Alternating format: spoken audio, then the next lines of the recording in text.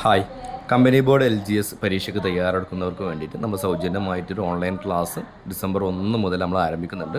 താല്പര്യമുള്ള ആളുകൾ ഈ നമ്പറിലേക്ക് ഓൺലൈൻ എന്നൊരു മെസ്സേജ് അയച്ചാൽ നിങ്ങളൊരു വാട്സപ്പ് ഗ്രൂപ്പിൽ ആഡ് ചെയ്യുന്നതായിരിക്കും. ഓക്കെ.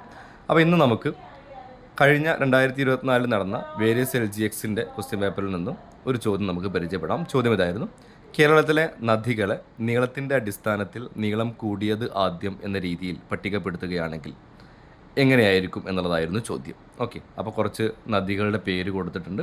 അതിനെ വിവിധ രീതിയിൽ അറേഞ്ച് ചെയ്ത 4 ഓപ്ഷൻസും കൊടുത്തിട്ടുണ്ട്. സോ നമ്മുടെ ആൻസർ 4ാമത്തെ ഓപ്ഷനിലായിരുന്നു ഉണ്ടായിരുന്നത്. ഓക്കെ. അപ്പോൾ ഇതിൻ്റെ ചോദ്യത്തിൻ്റെ ആൻസർ നമുക്ക് കിട്ടണമെങ്കിൽ നമുക്ക് നദികളെക്കുറിച്ചുള്ള ഒരു കൃത്യമായ ധാരണ നമുക്ക് വേണം. ആ നദികളുടെ നീളത്തിനെക്കുറിച്ചുള്ള ധാരണകളൊക്കെ നമുക്ക് വേണം. എങ്കിൽ മാത്രമേ ഈ ഒരു മാർക്ക് നമുക്ക് നേടിയെടുക്കാൻ വേണ്ടിയിട്ട് സാധിക്കുകയുള്ളൂ.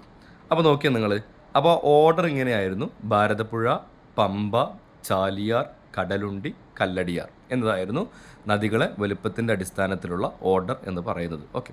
അപ്പോൾ നദികളുമായി ബന്ധപ്പെട്ട് ഈ പറഞ്ഞിരിക്കുന്ന നദികളുമായി ബന്ധപ്പെട്ടുള്ള കുറച്ച് പോയിന്റ് നമുക്ക് പഠിക്കാം.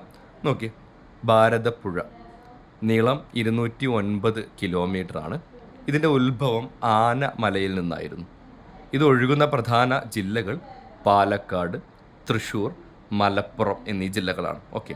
അപ്പോൾ ഭാരതപ്പുഴ നീളം 209 കിലോമീറ്റർ ആണ്. ഉത്ഭവം ആനമലയാണ്. ഒഴുകുന്ന പ്രധാന ജില്ലകൾ പാലക്കാട്, തൃശ്ശൂർ, മലപ്പുറം. ഓക്കെ. രണ്ടാമത്തെ നദി പമ്പ നദിയാണ്. നീളം 176 കിലോമീറ്റർ. ഇതിൻ്റെ ഉത്ഭവം പുളിച്ചി മലയിൽ നിന്നാണ്. ഏതാണ്? പുളിച്ചി മലയിൽ നിന്നാണ്.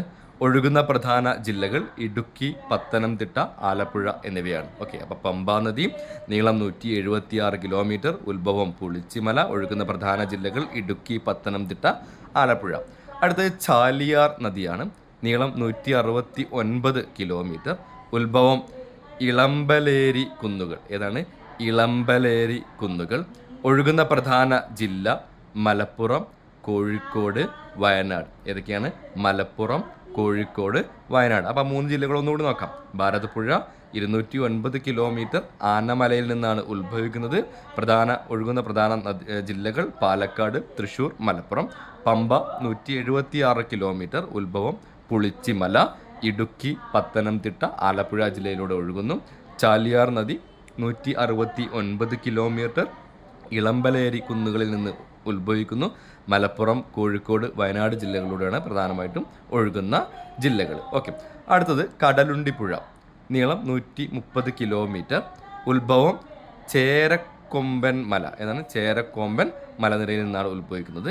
ഒഴുകുന്ന പ്രധാന ജില്ലകൾ പാലക്കാട്, മലപ്പുറം. ഓക്കെ. അപ്പോൾ കടലുണ്ടിപ്പുഴ 130 കിലോമീറ്റർ, ചേരക്കൊമ്പൻ മലനിരയിൽ നിന്ന് ഉത്ഭവിക്കുന്നു. പാലക്കാട്, മലപ്പുറം ജില്ലയിലൂടെയാണ് പ്രധാനമായിട്ടും ഒഴുകുന്നത്. ഓക്കെ.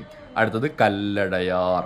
നീളം 121 കിലോമീറ്റർ, ഉത്ഭവം കരിമല, ഒഴുകുന്ന പ്രധാന ജില്ലകൾ കൊല്ലം, പത്തനംതിട്ട. ഓക്കെ. അപ്പോൾ കടലുണ്ടിപ്പുഴ 130 കിലോമീറ്റർ, ഉത്ഭവം ചേരക്കൊമ്പൻ മലനിരകൾ, പ്രധാനമായിട്ട് ഒഴുകുന്ന ജില്ലകൾ പാലക്കാട്, മലപ്പുറം. അടുത്ത് കല്ലടയാർ 121 കിലോമീറ്റർ, ഉത്ഭവം കരിമലയിൽ നിന്നാണ്.